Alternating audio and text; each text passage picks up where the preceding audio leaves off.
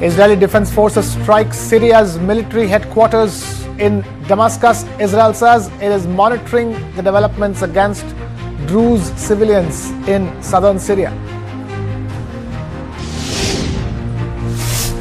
In an address to the public, Khamenei says Iran is prepared to respond to any renewed military threat.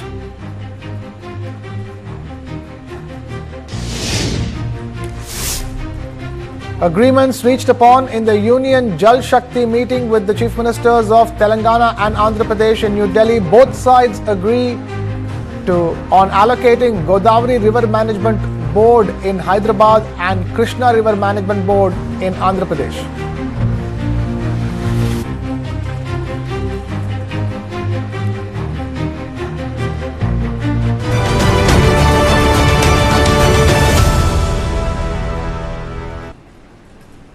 A journalist in Maharashtra was attacked brutally, a woman journalist, and yet the chief perpetrator is yet to be arrested. That is our top focus. We begin with what has been a brutal, savage attack on a fearless journalist in broad daylight, and still no arrest. This is the story of Sneha Barve. Journalist Sneha Barve from Pune was brutally assaulted while reporting on an illegal construction on a riverbed. Barve, the founder and editor of Samarth Bharat newspaper and the Samarth Bharat YouTube channel, was recording a video expose when Pandurang Morde, a local businessman with known political connections, attacked her with a wooden rod, striking her repeatedly until she collapsed and fell unconscious on the ground. The entire assault was caught on camera, the visuals of which on your screens. In the footage, Barve can be seen calmly explaining the issue before Morde suddenly appears, raising a wooden stick and relentlessly hitting her. Barve screamed for help, but Morde continued his brutal assault. Her camera person, Ejaz Sheikh, who did not stop recording, was also attacked by Morde's aides. Many bystanders who tried to intervene were injured. One suffered a fractured hand and another a broken nose. Barve was rushed to a local hospital and then transferred to the DY Patil Hospital in Pimpri Chinchwad with head and back injuries. Barve had been investigating a wall allegedly built by Morde across the riverbed, a structure that locals feared could lead to market flooding. The accused, Pandurang Morde, has a criminal history with cases of murder and attempted murder dating back to the years of 2003 and 2007. The Superintendent of Police, Sandeep Singh Gill, informed that Morde is yet to be arrested and that he claimed that he sustained a fracture and has been admitted to a local hospital. Despite the heinous nature of the attack, by the plainly listed incidents related to grievous, Barve revealed that the assault continued even after she lost her consciousness and alleged that the police have taken only minimal action despite the brutality of the attack.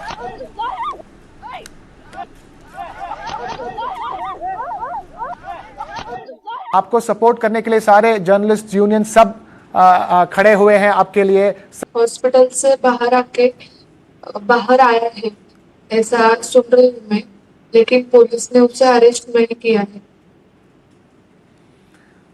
Police ने अब जब आपके साथ पूछताछ किया तो क्या निकला उसमें से, और पुलिस क्या आपको सही सपोर्ट दे रही है?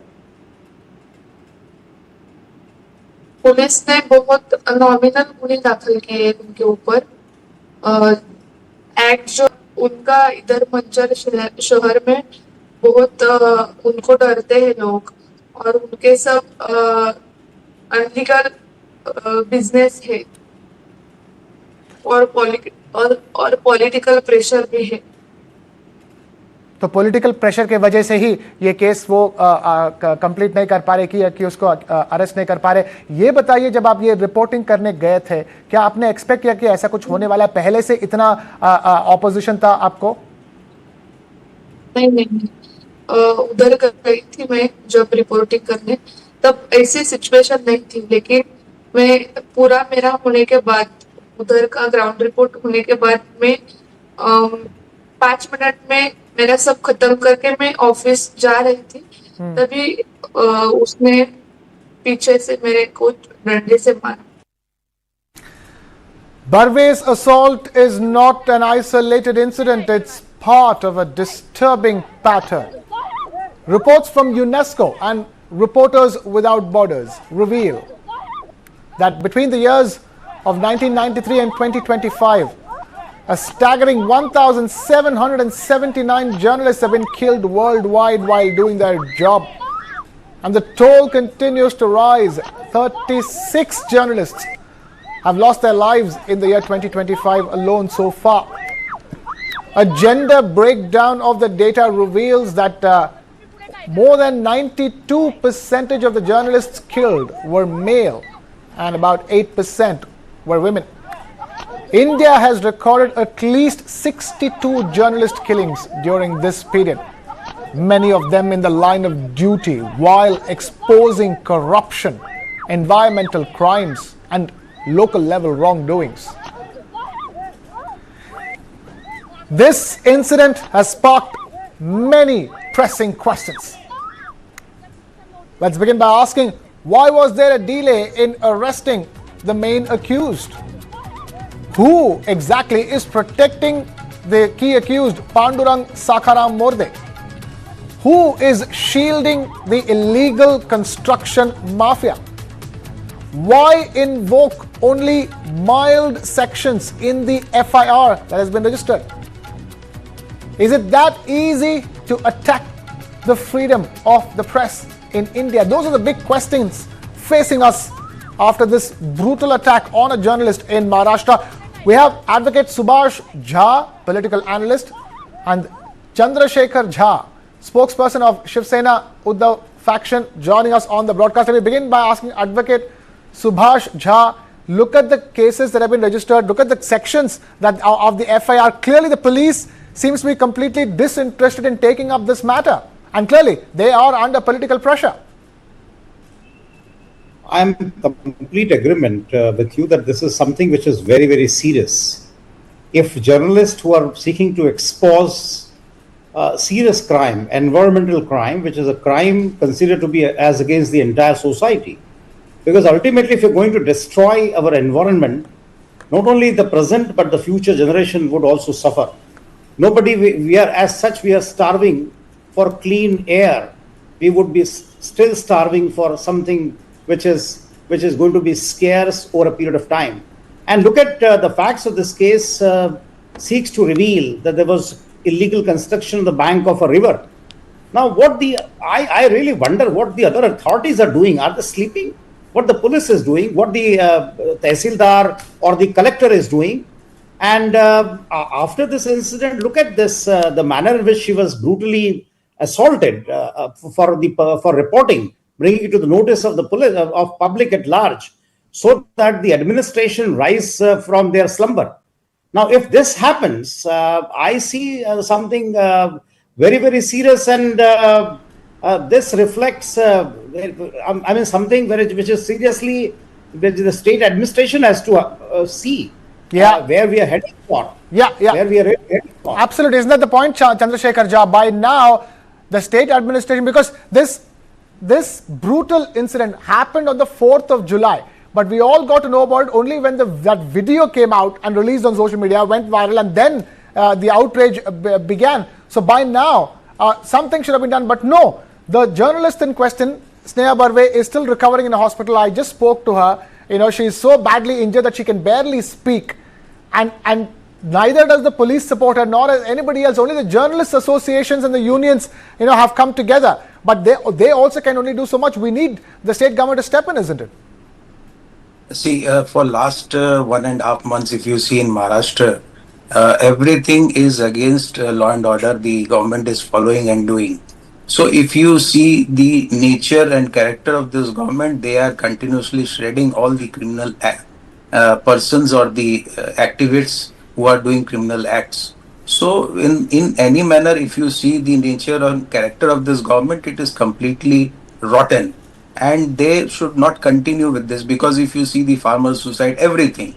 Now the thing is that the freedom of speech of the journalist is completely being stiffened, and they are trying to do as they want to do it, because this government has brought the special public bill with regard to the urban Naxalites. They have not explained how the urban Naxalites will do and what are the conditions of an urban Naxalite. So those things are coming up.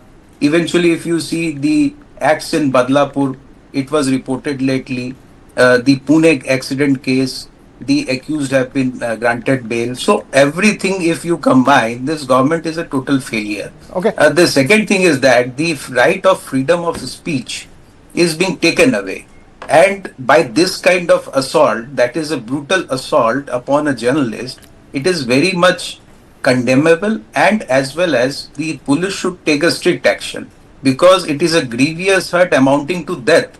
If she has already been to hospital and she was not within her senses, so it is a brutal assault with a deadly weapon. So it should not go for a grievous hurt. Yeah. So these questions arise. The state is controlling the police. The police is acting at the behest of the CM, because he is also the home minister. So these things have to be controlled, and the CM is answerable for all this. Okay.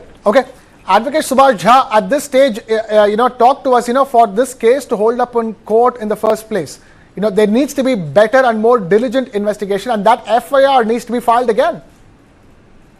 Certainly, it's a matter of really serious concern, not only in the state of Maharashtra, but all over the country.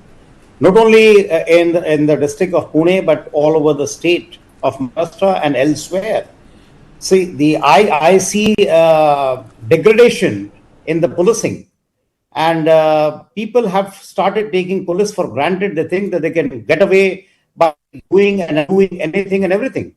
Now, this is a very serious matter, and if this, I have been echoing wherever I get an opportunity to say that you must first and the foremost control of a police. And when I talk of police, it is not only restricted to Maharashtra. Not let us political mileage out of it. This is something which is very, very serious. Nothing to do with politics. Let us not mix politics with the serious law and order situation, which seems to be the administration has to look at it very, very seriously. Right. And unless and until there has to be a complete reform in the police, the police reform is the most important thing which must happen, and we must make them accountable. See, the problem in our country, right, that don't make police personnel accountable. Say, for example, absolutely. Now, in this case, if there is a corporation, what the corporation people have done, why they should not be made accountable for the illegal construction? Yeah. Because whenever illegal construction takes place, it encroaches on the fundamental rights of others. They are deprived of clean air, their right to movement, their right to travel, or right to go to a place now sooner.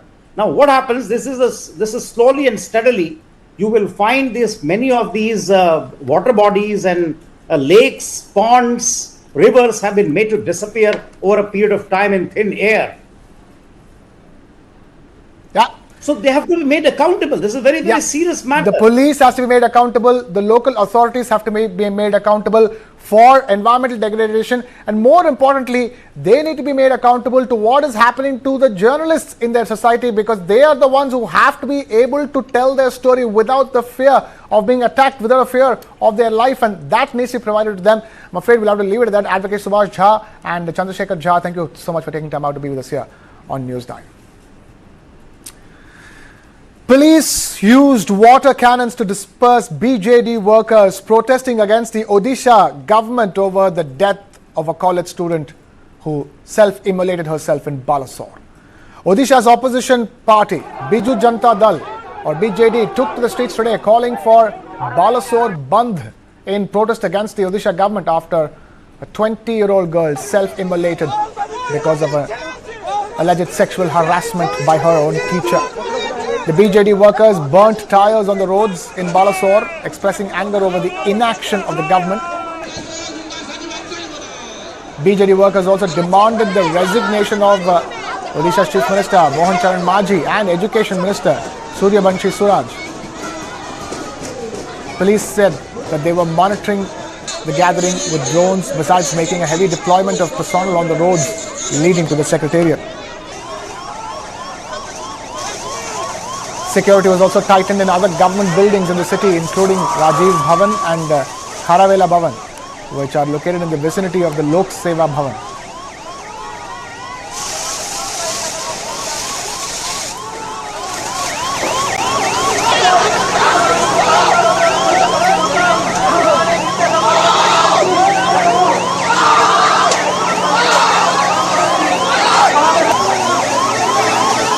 उन लोगों ने सब लोग मिल के मेरे बेटी को मरने के लिए फोर्स किया। वो क्या मर्डर नहीं है?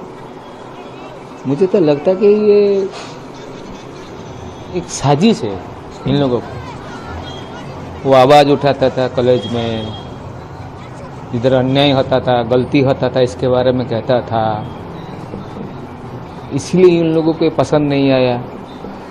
सोचे समझे करके एक एक मिलके बाद में सब लोग मिलके मेरे बेटी को फोर्स किया, अटेम्प्ट टू सुइसाइड करने के लिए उन लोगों ने मुझे फोर्स किया। आप बताइए, प्रिंसिपल के रूम से निकल के वो सुइसाइड अटेम्प्ट रहता है, क्यों? कुछ तो होगा अंदर, क्या हुआ अंदर? क्यों अकेले बुलाया गया? मुझे कि मैं इनका गार्डियन हूँ, पिता हूँ, मेरा बेटा इधर ही बालेश्वर में रहता है, 2 मिनट 3 मिनट लगेगा जिधर रहता है वो। दोनों का फ़ोन नंबर प्रिंसिपल के पास है, मुझे तो बताएगा। जब आप लोगों ने लेटर दिया और लिखित में जाहिर किया कि क्या क्या घटना हुई है, उसके बाद कोई एक्शन लिया गया था? हाँ, एक्शन लिया गया था। मतलब जिस दिन हम लोग दिए थे वो लेटर लिख के जो दिए थे हम प्रिंसिपल को, उसके अगले दिन वो जो एचओडी है वो स्टूडेंट उनके पास साइन करके कुछ 60-70 स्टूडेंट्स का साइन लेके एक एप्लीकेशन सबमिट किए थे प्रिंसिपल को। तो भी कल भी आए थे उनके दोस्त सब माफी मांगने के लिए कि हम लोग को पता नहीं कि ये सब हो रहा है।